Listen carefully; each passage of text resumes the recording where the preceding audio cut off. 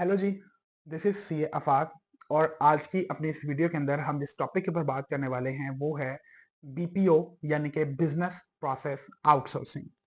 अब business process outsourcing का शुरुआत कहाँ से होती है? बेसिकली एक नया कंसेप्ट आता है। बेसिकली अब तो ये नया नहीं रहा, लेकिन आज से कुछ साल पहले एक नया कंसेप्ट आया फ्रीलांसिंग का। फ्रीलांसिंग का कंसेप्ट क्या था कि आप अपनी जो भी आपके पास स्किल्स हैं, जो भी आप टेक्निकल स्किल्स ऑफर कर सकते हैं, आप इंटरनेट के ऊपर जाएं। डिफरेंट जो वेबसाइट्स हैं वो अवेलेबल हैं, जैसे फाइवर है, जैसे अपवर्क है, जैसे गुरु डॉट कॉम है, जैसे फ्रीलांसर्स डॉट कॉम है, जैसे वर्क चेस्ट है। डिफरेंट प्लेटफॉर्म्स अवेलेबल हैं। उन प्लेटफॉर्म्स के ऊपर जाकर आप एक ऑडियंस ढूंढते हैं जिनको आपका काम चाहिए, और वो आपको पे करते हैं। और इस तरह से क्या होता है कि आप घर बैठे पैसे कमा सकते हैं। एक नई एवेन्यू खुल गया, एक नई डोमेन खुल गई पैसे कमाने की, और उसको कहा गया कि ये फ्रीलांसर्स हैं।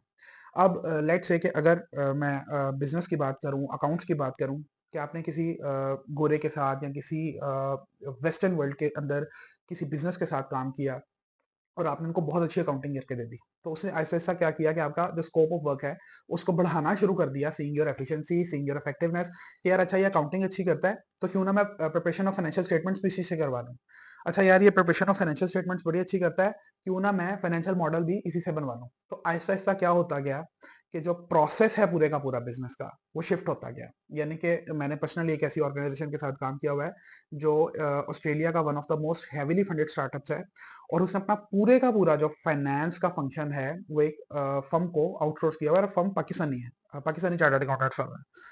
खैर, बात करने का मकसद ये है कि इस तरह से आहिस्ता आहिस्ता एक नई एवेन्यू ने, एक नई चीज ने जन्म लिया जिसको कहा जाता है बिजनेस प्रोसेस आउटसोर्सिंग। यानी कि बिजनेस ने, एक बाहर बैठे बिजनेस ने अपना पूरे का पूरा जो प्रोसेस है वो आउटसोर्स कर दिया किसी थर्ड पार्टी को।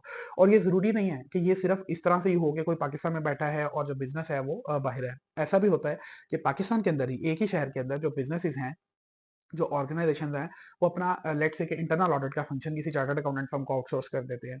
या फिर क्या होता है कि उनका जो फाइनेंस का फंक्शन होता है वो किसी चार्टर्ड अकाउंटेंट को या किसी चार्टर्ड अकाउंटेंट फर्म को आउटसोर्स कर देते हैं। तो एक नई दुनिया बन गई जिसको बीपीओ कहा गया। अब ये जो बीपीओ है इसका इतना ज्यादा इंक्रीजिंगली देखा गया, इसके ट्रेंड के अंदर राइज, कि एक नई इंडस्ट्री बन के उभर गई। और मैं बहुत सी ऐसी ऑर्गेनाइजेशंस को जानता हूं जो बीपीओ से करोड़ों रुपए कमा रहे हैं, और उनका प्रॉपर बिजनेस इस्टेब्लिश हो चुका है।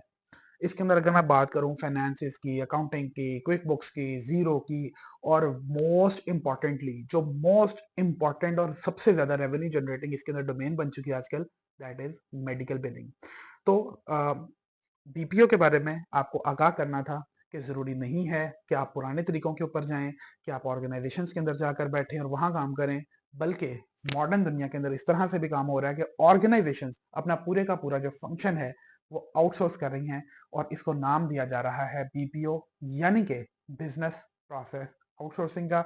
इसके बारे में आपकी क्या राय है, या अगर आपकी कोई क्यूरी है तो मुझे कमेंट सेक्शन के अंदर लाजमी बताएं।